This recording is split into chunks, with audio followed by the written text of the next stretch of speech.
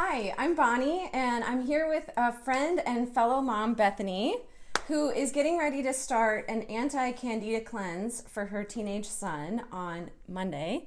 And so, Bethany, I thought it would be great if you could share with some other moms out there who might be at this position where they feel like, man, my child could really benefit from something like this, just to get their gut reset and back on track.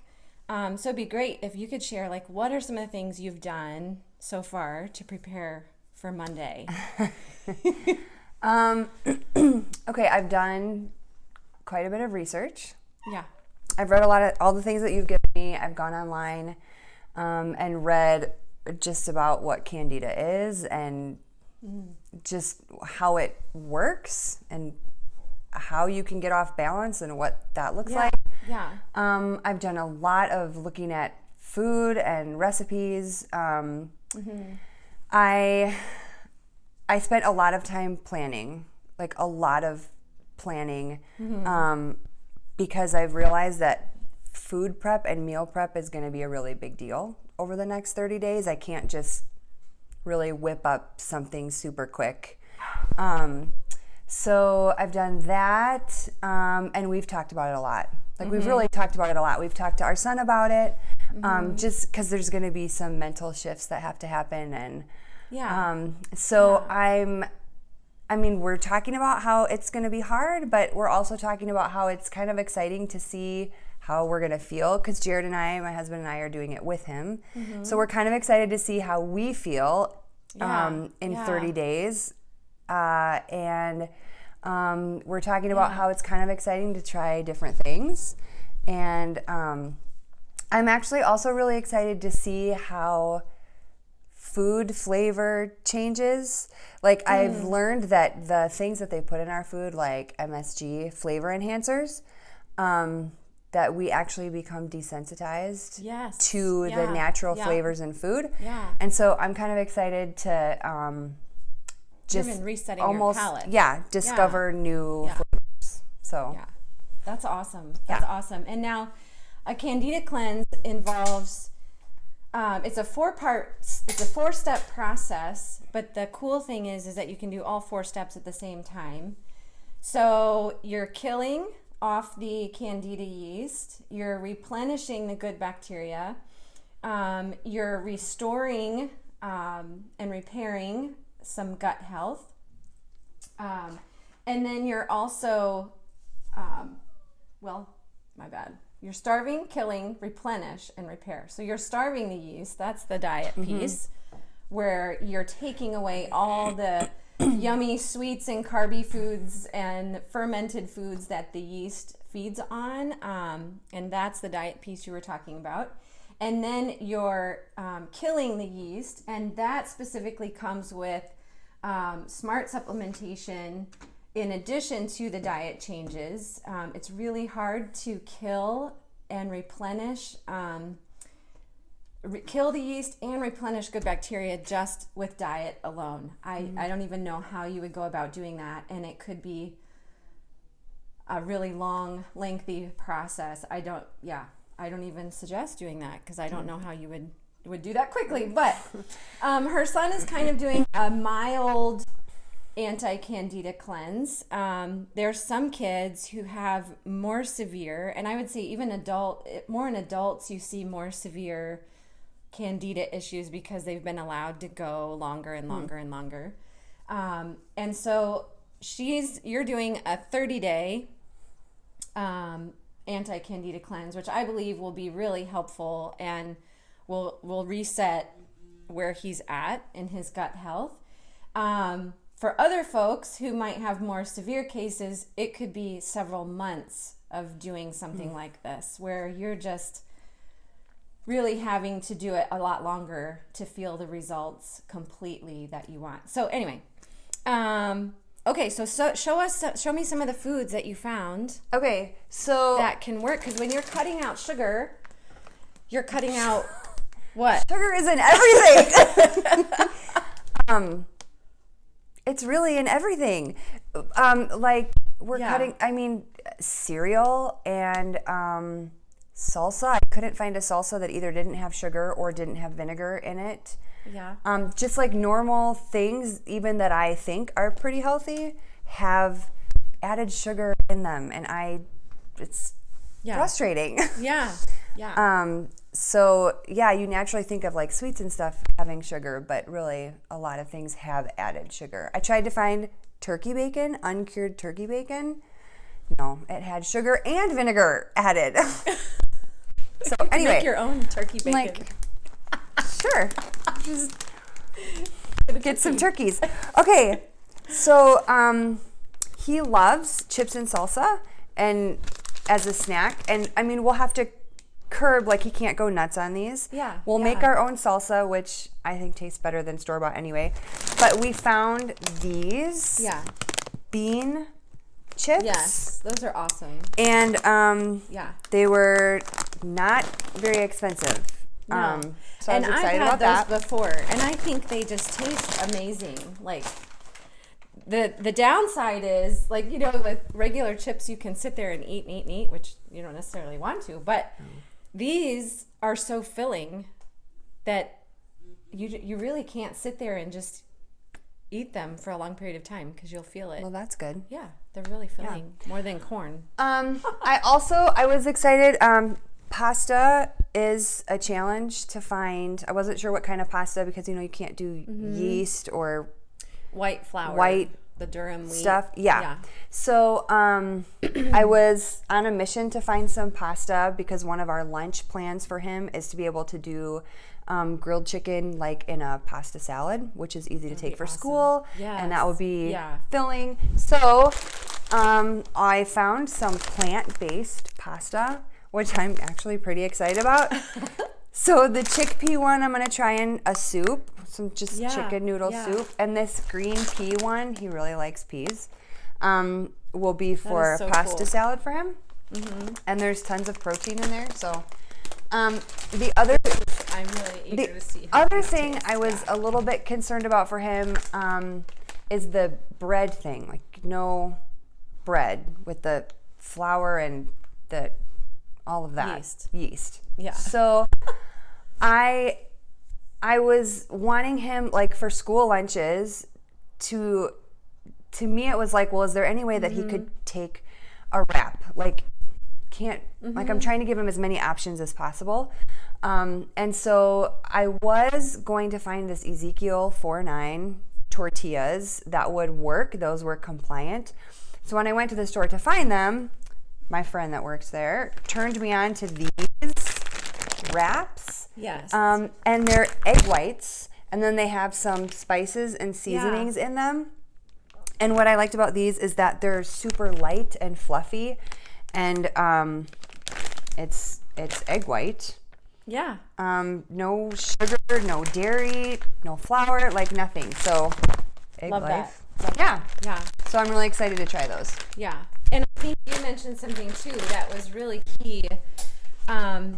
Your son is a teenager. Yeah. And typically when you're doing these kinds of cleanses, I would say all the time, your teen has to be on board. Because they're little adults, they're young adults. So you can't, like, sit them at the table and say, you're going to sit there and eat this, you know, and finish it because it's important, you know,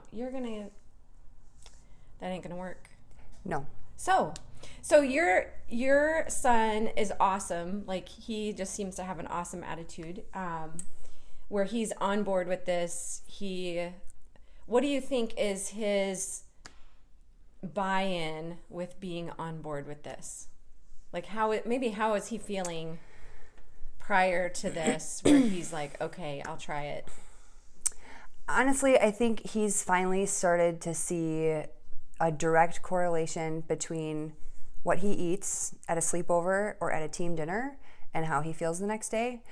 Because he's kind of cycled some, and nutrition for him has kind of been an ongoing thing. And for a few years, I've kind of wondered, like, is there something that he's eating that his body just isn't processing right? Like, I don't know, it's been a big question mark to me.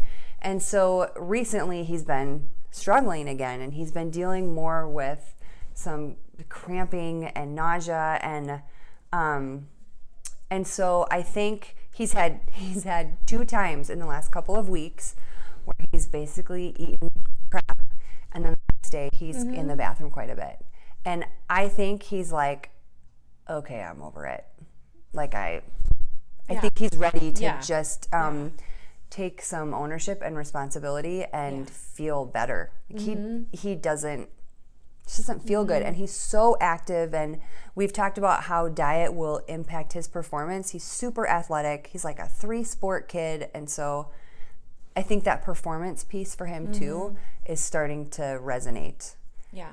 So yeah. And I think that's super important, especially with older kids and teens, is helping them to see that connection between what you're eating and how you feel, and hey, we can make this change. We could help you feel better by just simply changing what we're doing with diet. That's really awesome. And then you said too, there typically with Candida, there is a moment in a person's health history, where they have used several antibiotics in a single year. Sometimes it's within 6 months, where there's just a trigger that offsets the whole balance of the gut. And so tell me about that. So I think I finally connected that point for him when he was in 4th grade. During the first semester and the beginning of the second semester, he had strep throat or tonsillitis 4 or 5 times. In a single year. Single year. And he was on rounds of antibiotics every time. Yeah. Later that same year, in that second semester, he started having stomach trouble. And that's when we started seeing like cramping. I mean, terrible cramping. It was awful. And we did the whole medical route, like we were doing cleanses, and he had an upper GI. He had, I mean, it was kind of a traumatic experience for this little 9-year-old kid. So during that time, before you were in my life, I was kind of on my own researching and trying to figure out this out, and I thought what I landed on was irritable bowel. And so I drastically changed diet at that time and started following that diet, and it seemed to work, and we had good results. And so then I gradually just experimented and introducing things back in, and there was a period of time where things were good. But as I've been looking back for him, it's really been the last couple of years at least where there have just been other symptoms that I didn't tie to this. I didn't think that they were related. I thought they were just random. But I'm becoming more and more convinced that it really is. All of these symptoms that seem to be pretty random, I really think they are all related. And I really think it is going all the way back to 4th grade and gut stuff. Like I really think that's what it is. So I'm super excited to see on the other side of this how this impacts those other things. Yeah, that's awesome. So I'm super excited for you as you get started on Monday. Like she said, her and her husband are going to be doing the diet piece along with him. And then you have how many other kids? 4. She has 4 other kids.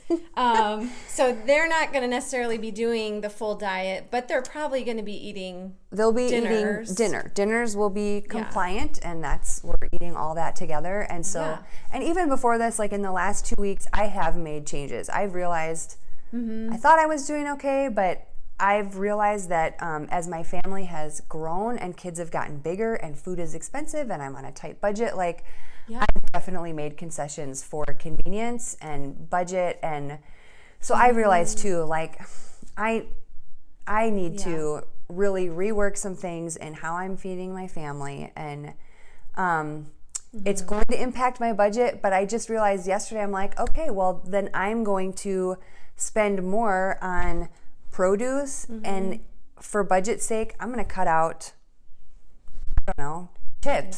Something else is going to go. But I told my husband yesterday, it's definitely going to be a gradual process. It will come with time, and over time we'll change habits and patterns. And we talked about baby steps. Yeah. The baby steps. It's baby steps. I mean, really, that's it. And I think with you, this next baby step with your son is the 30-day Candida cleanse. So that's super exciting. For some of you guys, the baby step might be helping your picky eater. I know I've seen so many kids who struggle with Candida, and they're very picky eaters because all they want are the carbs and the sugar and the sweets and nothing else.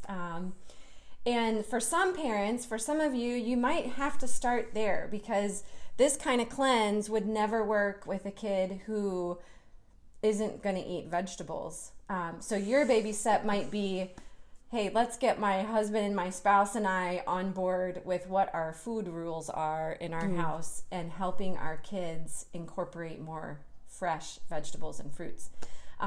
That would probably be the baby step before you do a full Candida cleanse, because not everybody's able to do what you're able to do. You're just at that place where this is your next step. And so anyway, so on my website, you'll find more information about picky eaters if that is the situation for your kids.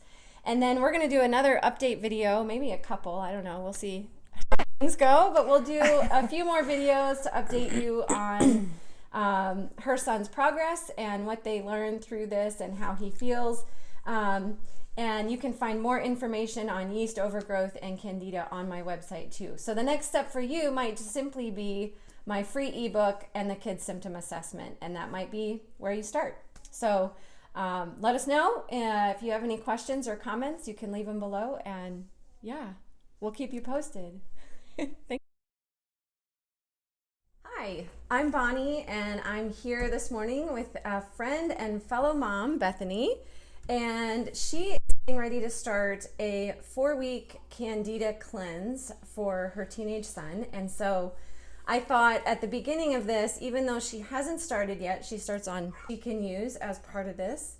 And that's the test. But you need to... Testing. So... I wasn't prepared.